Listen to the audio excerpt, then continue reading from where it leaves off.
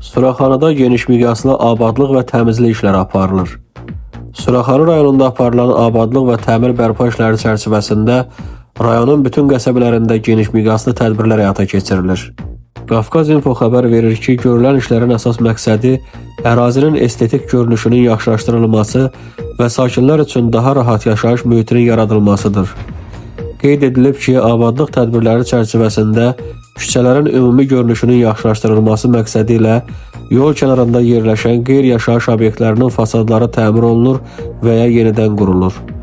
Qaraçul qəsəbəsi Əhməd Mehbaliyev küçəsində obyektlərin fasadı üzlənib, ərazidə küçənin ümumi görünüşünə xələl gətirən, mövcud standartlara uyğun olmayan reklam konstruksiyaları sökülüb. Çoxmərtəbəli yaşayış binalarının fasadları rənglənib, məhəllələrdə təmizlik işləri aparılıb, ətraf hasarlar yuyularaq rənglənib.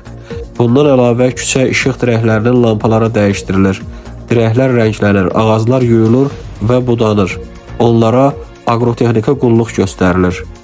Vətəndaşların maneəsiz gediş-gəlişinin təmin olunması üçün piyada səkiləri təmir olunaraq bordürlər düzülür.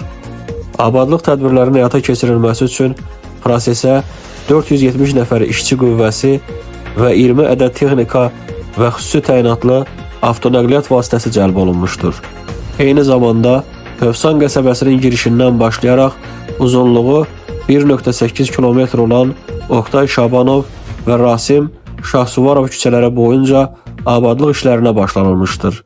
Qeyd edək ki, Suraxanı rayonu ərazisində abadlıq, təmizlik və yenidən qurma işlərinin gələcəkdə də davam etdirilməsi nəzərdə tutulur.